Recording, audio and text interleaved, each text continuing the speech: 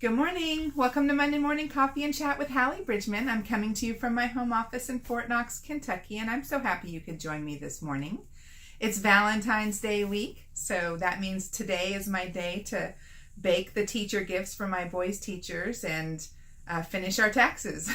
Seems to always fall on Valentine's week. I have my cup of coffee. I hope you have your cup of coffee or tea or whatever you drink in the morning, and you have a few minutes to sit around while we chat about my books.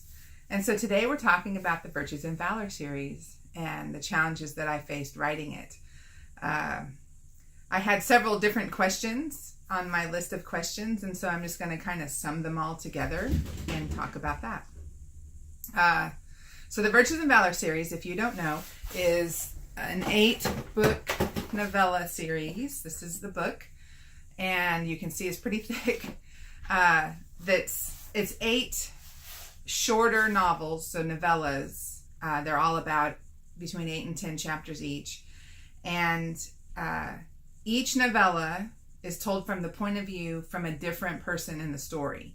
And so it's basically 7 heroines in World War II who were part of a team called the Virtues team. And their code names are virtues. So you have temperance, hope, charity, prudence, grace, mercy, and faith. And those are their code names. And so they're a team that are on mission in occupied France. And in the first book, Temperance's Trial, she's the wireless operator, which is the radio operator. She has like a portable radio unit, and she transmits messages from the resistance movement in France to home base in England. And the problem with that is that the Germans, the Nazis, can triangulate the position based on the signal of the radio, and so she has to move really quickly and change positions often, and she eventually gets captured. And so the end of her book is her capture. And the following 7 books are the planning and execution of her rescue.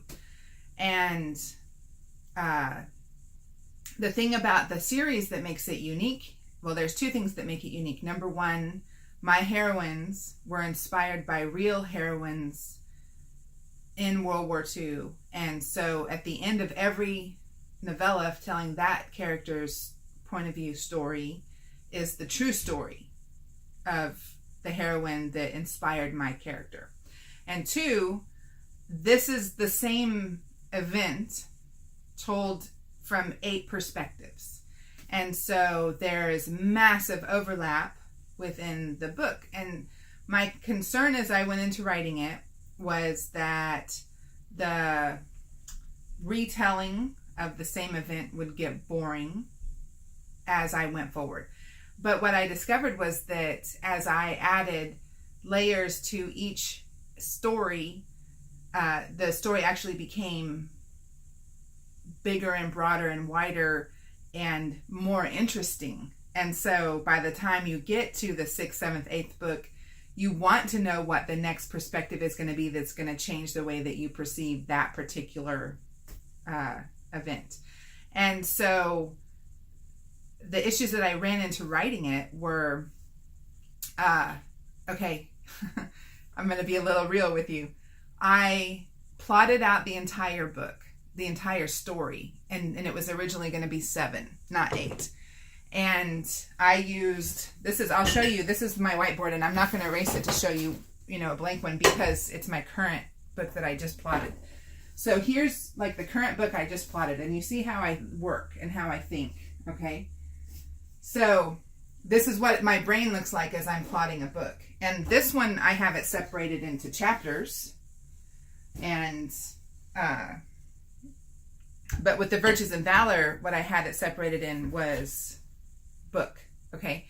And so the beginning, the end, and then why this book matters in the telling of the entire story. Because I could have just done it from Temperance's point of view from beginning to end and had this, 200,000 word novel, but but to have it from the different perspectives of each person and have this one event grow broader and wider as the reader reads it was my ultimate goal. So The challenge was I had it plotted out. I wrote the first book, and then I planned to finish it as I traveled over the course of like 4 months.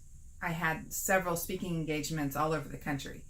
And my plan was to spend the time that I was in hotel rooms alone with no dinner to make, or, children to look after, or a husband to love on, spend that time writing. And then as I got into hotel room after hotel room after hotel room, I couldn't write. I was completely exhausted from the teaching. I'm one of those introverted writers that, interacting with people sucks my energy away. And by the time I would get to my hotel room, I would be completely, totally exhausted and drained. And I would just crash. And I would try to write. I would try to get up early in the morning and write, and I just couldn't. And it occurred to me halfway through this long stretch of travel, come home, prepare to travel, come home, that there was no writing that was going to happen. However, the first book was already on pre-order, so there's a 90-day window, and so that's 3 months.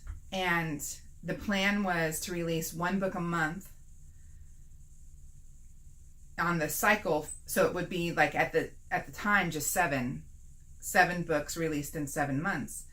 And so the first book was already on pre-order, and once you do that, you can't change it without serious repercussions for you as an author, the way that I write. And so if I had pulled it out of pre-order, I would have lost the ability to do a pre-order, which would have ruined the whole plan for this series. And so I had no choice but to do it. And so I finally came home, and I had the first book written and part of the second book written, and the blurbs of every book written, and the covers of every book. And that's all that I had done as they started releasing. And so the first book released, and I was writing the second book. And I had to write it, edit it, get it to my editor. She had to edit it, get it back to me so that I could make the edits, the final edits, and get it uploaded in time to meet the deadlines for the pre-orders. And I had this going now. It was going to be 7 months. And there was nothing I could do to stop that. Well, I mean, obviously there was something I could do. I was in control of my situation, but I didn't want to.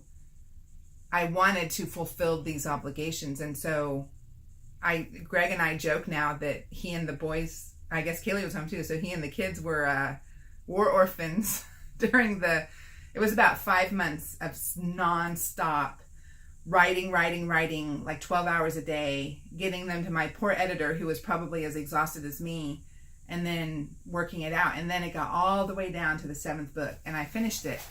And the challenges in doing that were, I had the same scenes told from all these different perspectives. And so there was a point in time when I had the ability to like break it out into 4, and I had 4 books open on my computer, making sure that like if I changed this word, that it was changed everywhere in dialogue, or making sure that people were wearing the same thing, making sure that there was consistency. And that takes a focus, dedication, and time that I didn't really have. And so I was having to force it. And thankfully, so far, I haven't discovered any issues, and I don't think that anyone else has either. But if they have, they haven't told me. And so I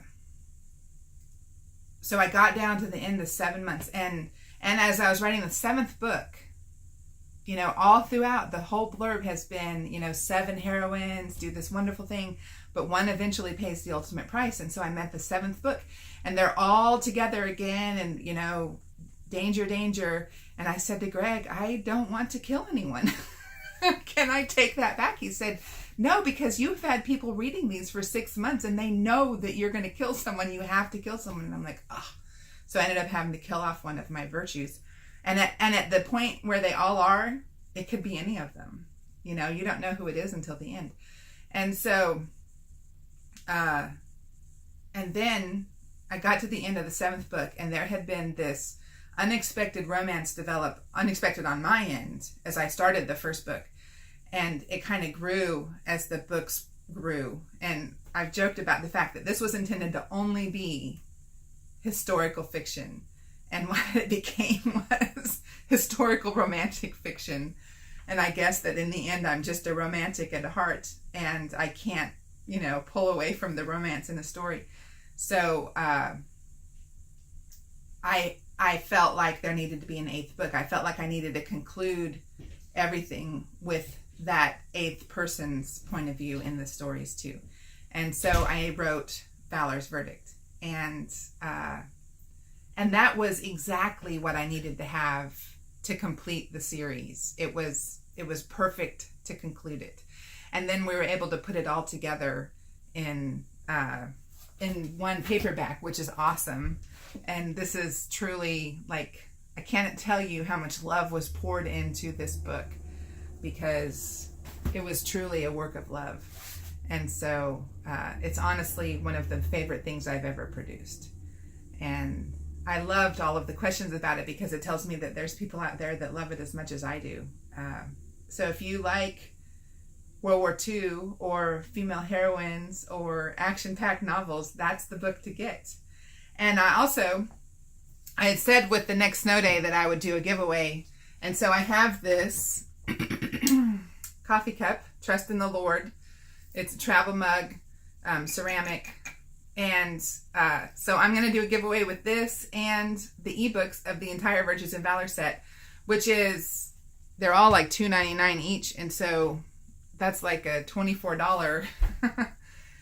It costs as much to get the ebooks as it does the paperbacks. So I'm going to create a giveaway for that today too. So look for that and enjoy your Valentine's Day week. Have a happy Valentine's Day, and look for the details of how to win the coffee cup and the books on the blog post for this video.